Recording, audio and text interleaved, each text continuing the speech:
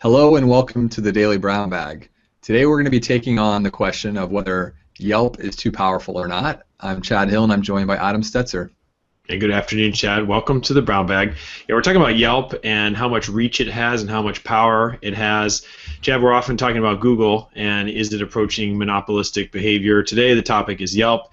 And there really was some news earlier this month when people were talking about a court decision in San Francisco. A lot of buzz about this. This case, directly relevant to Yelp, actually goes back to 2010 when a group of small businesses filed a class action against Yelp. It takes several years for these cases to work through the system, and we finally got some news out of San Francisco. Specifically, the Ninth Circuit Court of Appeals in San Francisco ruled that Yelp was allowed to manipulate their business rankings and ratings in any way they wanted. In fact, it found there was no wrongdoing on the part of Yelp. Now, Yelp has always maintained that it does not trade advertising dollars for good revenues. They say that their software does not distinguish between companies who advertise and those who don't.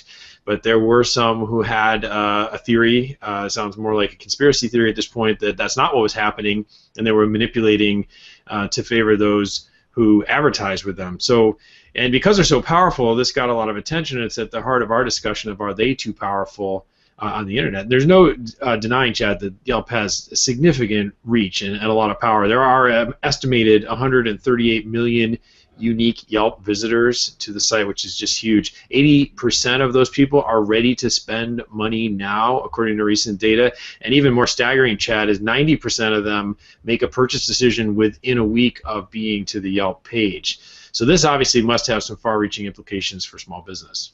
Yeah, absolutely. And just want to go back to one of the points you made. I mean, I've worked with many businesses on reviews and dealt with some of their frustration because Yelp has a pretty aggressive filter on people who come in and just write one good review and then leave. A lot of times those positive reviews do end up kind of sliding off of the reviews you typically see on a business page. So for a lot of businesses, this is confusing, and of course, just like Google, Yelp doesn't want to really divulge its exact process because then that's just going to open itself up for people who are trying to game the system. But back to the point of really, what does this mean for business? Well, we Boston Consulting Group did a study. Some very interesting facts here. Business owners that have a free Yelp account typically attribute about $8,000 in revenue to the fact of having that account. But when people are advertising in Yelp, that actually goes up to almost $23,000 in revenue coming in off of an account. Of course, you want to know, well, that sounds great, but what does it cost? Well, surprisingly, the typical local advertiser is spending about $350 or $4,200 annually. So, based on that, it seems like anyone in Yelp probably should be considering advertising because it seems like it's going to more than make up for the investment there.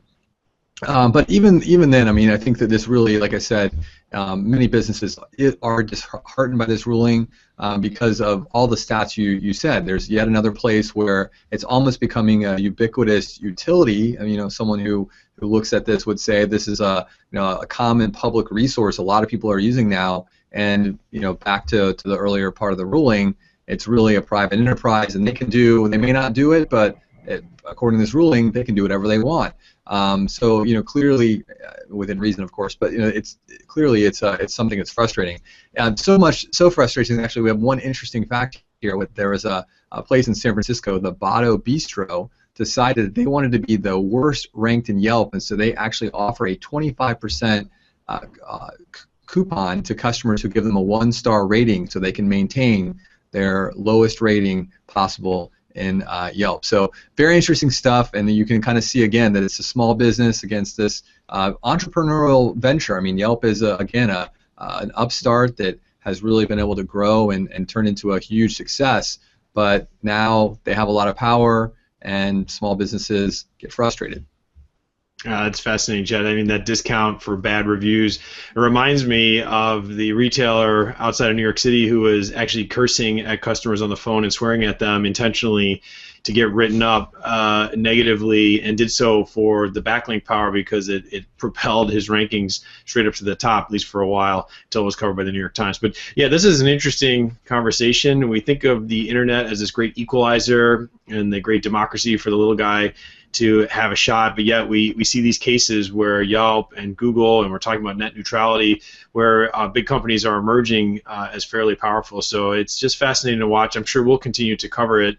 That is our coverage for the Brown Bag today. We hope to leave a comment. We'd like to hear your thoughts on Yelp. Do you use it? What do you recommend to customers? And then, as always, we ask that you will subscribe and share our Brown Bags.